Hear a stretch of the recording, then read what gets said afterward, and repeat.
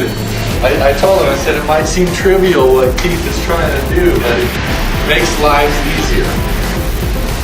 We hope. This is just life, right? It's dirty, it's nasty, it's terrible.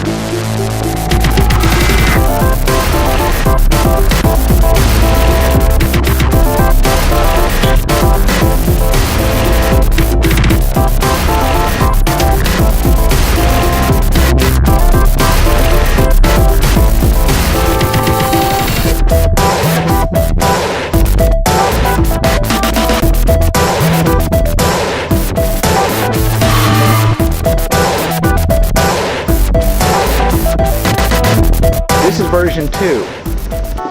Still polyurethane chamber in here, replaceable wear parts, because you can take this out, we'd resurface it, send it back like it's a brake shoe.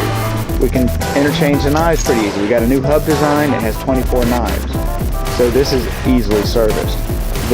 We can put a number 10 screen, a number 20, a number 40 screen, depending on where you want to throw things out. This is by NCR 13 method here. But this was intended to be a really good grinder. But that's the noise and the dust are the worst part about this job. And then you start talking about the quality of the sample and did we get the right order and the dust and the reaching. Oh yeah. The movements. Yeah. There's movements. well, shaking that thing. I imagine I haven't seen the right wrist of all your grinders, or the left wrist. But I showed you the technique. yeah, he swirls it, and it's like I'm just seeing all kinds of repetitive motion strips. And the other guys can't even emulate it; they're just shaking it. You've been to a lot of laboratories, but it's the same process at every single lab, and that's what you have to change. So we're to gonna make it easier for us. If we could just sift 10 and had some type of a trap system like you have on your grinder, so we pour them in and we have our 10 boxes lined up down here and you flip the switch and boom.